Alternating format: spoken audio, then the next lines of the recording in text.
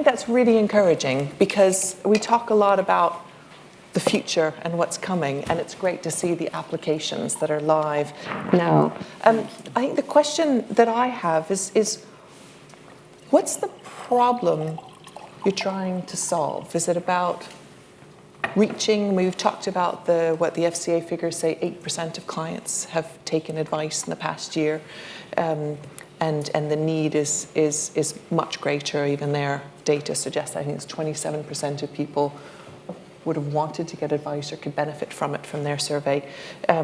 Is it about reducing the cost to the business because costs are mounting and you can't just pass that on to the customer?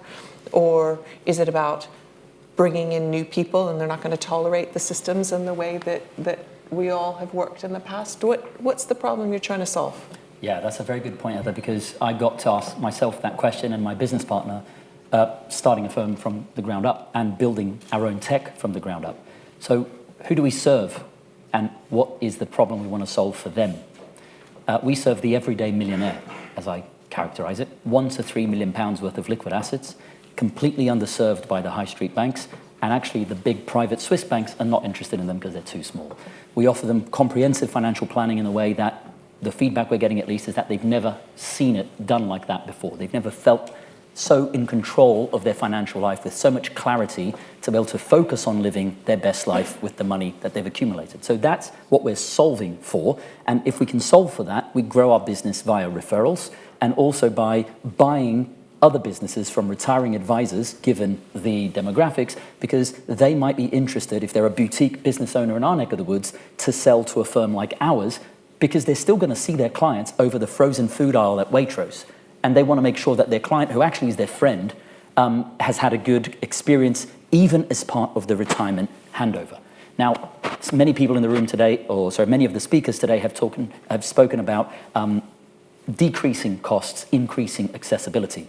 In my heart of hearts, I'm very comfortable that with my role at the CISI, I do quite a bit of pro bono work. I have allotted time for the pro bono work I do for people that don't have access to the advice that we offer and we charge for. So my goal really is to deliver massive value and to be able to charge a premium fee for that massive value. It's not the other way around. Yeah, okay.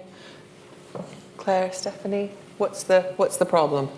You're trying to... Efficiency. Efficiency? Yeah, efficiencies. Always looking for efficiencies in the business, whether it's how we write reports, can we start using some AI in there? And I know that there's a few power planners now that are worried about, will they continue to be able to work in the industry? Do they need to become expert data entry people? What is it that they need to do? I think we all need to learn new skills. But we also are providing the next generation, I guess, of financial planners. I know we said that, the average age is 57 or whatever it is, but we actually we have a graduate trainee scheme, so we bring through a lot of the new and younger generation, and I'd hope that they feel like that they can speak to us and enact change in their industry to change it to see how they would like it to be in the future. Yeah, it's like what Lenin said about war. You may not be interested in war, but it's interested in you. Change is a bit like that. You may not be interested in change, but change is interested in you. Sorry, you've just taken a sip of water. Anything to add to that? No, I mean, efficiency is always what we're trying to build, and we're an operations team. So for us, the client is always, we always want to make sure they're having the best experience. So where we can look at our internal staff and see how we can serve our clients better, it's just so important. And sometimes some companies don't have that budget to be able to implement AI. But now we're starting to look at it, so it's trying to work out how we could get around it and provide the best client outcome. Yeah. John, what's the problem you're trying to solve for? I think you articulated it actually really well in your... Well, I kind of feel like we've been asked to pull off a bit of a magic trick. So, on the one hand, increase our ability to serve more clients, or increase the capacity of partners. I think Natalie mentioned on one of the panels earlier the challenge of a business that's built on kind of top-line growth, but now with the kind of expectations of servicing and all those kind of things, reacting to all that stuff that everyone knows has been in the press. But that challenge as an industry we're being tasked with is kind of you've got to both be able to kind of keep the engine running, but also make sure you're servicing that kind of the client's already there. So the client side to it, from an advisor side to it, it's actually, I can see outside of SJP, or I can see outside the industry, all these exciting things happening, and I want it to happen to me. I want these things to be in my business, and so trying to provide that. And then, I guess from a shareholder perspective, there is a cost play in there as well. So it's how do we reduce that kind of cost for us to serve the advice business, and as well as the advisor cost to serve their clients. Yeah. So yeah, it's a bit of a magic trick, I think. But. Yeah. There's a few questions that have come through. Sorry, Amir. If you have a client that comes to you who's within that target market that you talked about, but they're a relative tech Luddite, what do you do? And we do have clients like that, and they explicitly ask for, say, for example, their annual progress report, as we call it, which follows the annual financial planning meeting, to be sent to them in writing. And some of them ask for it to be in writing and in bigger font. And of course, thankfully, our portal allows for that to be programmed natively. So clients can actually log on to our system and zoom things in to be able to have a better view on their iPad or on their desktop, or they can just express that preference for something to be in writing, and we're happy to accommodate that. Because again, the way we've built our tech is we can take a snapshot of their plan from the system as it stands following our meeting and get that produced into a paperback report for them. That's not a problem at all. And I think it's important that we have that borne in mind. Even clients who are tech savvy, I have a few clients who are very well organized with their folders. They love to have their own folder system at home.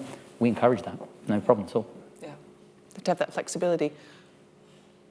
I'm looking. Oh, hang on, can I pass you this? I've been told that I have to give the mic to people so it gets picked up on the recording. Thank you, Emma. It's a sort of follow-on question from that about accessibility then, because I think it's not just about paper preference and generation. Actually, increasingly we are and we should be considering different accessibility needs. How do your developments and enhancements speak to those kind of broader accessibility needs? Really good question. Yeah, thanks, Emma. Do you want to start, Claire? Sure. Yeah, I didn't see any volunteers, so I just put you on a hot seat. Thank you. Yeah, so obviously vulnerability comes into it as well, but this is a people business, and if we don't learn from our clients what their needs are, then we're not serving them, right? And it doesn't matter if you're the best advisor in the world, if you're not listening to your client and actually reacting with what they expect to see and what they want to see. So even if it's big font, or if it is eventually somebody reading out their suitability report, that they can log on and do that. And it might even be their advisor avatar that's doing it for them in the advisor's voice. So it feels like they're present with the advisor. Because you might have clients leave a client meeting and not necessarily have understood everything. So it's them being able to keep going back to it and picking it up and in their own time, and obviously without us being, present in front of them. Yep. Yeah. Can I just add to that? I think that's probably one of the most pertinent questions that have been asked today.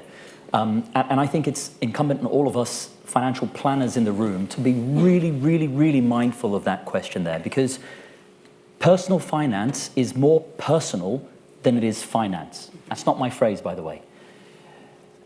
If you're not mindful of the fact that human nature plays games with us and that sometimes it's not in our best interest. In other words, we're the people that are still around because our ancestors, once upon a time, when they heard the rustling in the bush, they ran. And that is still in our DNA. When we see red on a screen, we want to run. That's all human nature. That's all behaviors that enable us to be alive, but don't serve us well as investors.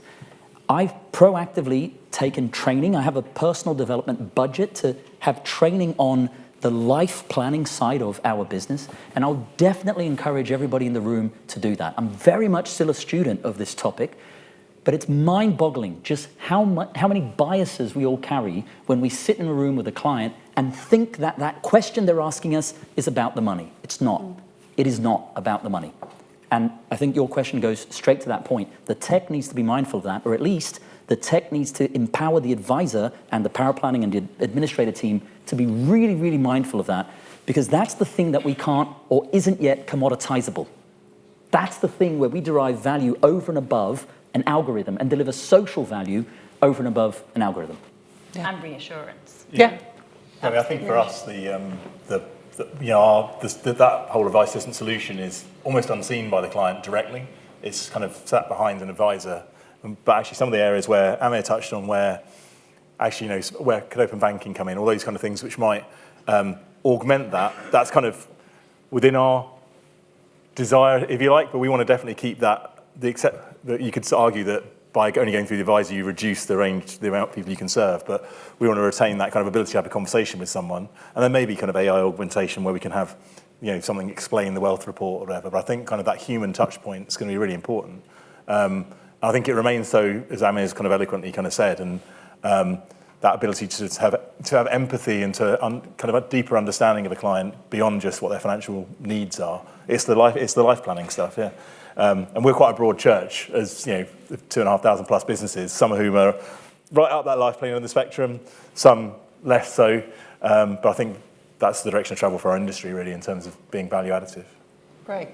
We started talking about data and integration, so we end with life planning, exactly as it should be. Exactly as it should be. Thank you, Stephanie, John, Claire, Amir. Absolutely fantastic. I thought it was really interesting, that arc from talking about Sandy early on in her comments, talking about how the advisor personalised the experience for the advisor, and increasingly we'll be able to personalise the portfolio. And then we end talking about data and integrations and how we can all bring that together to deliver a really good customer experience today. Thank you so much.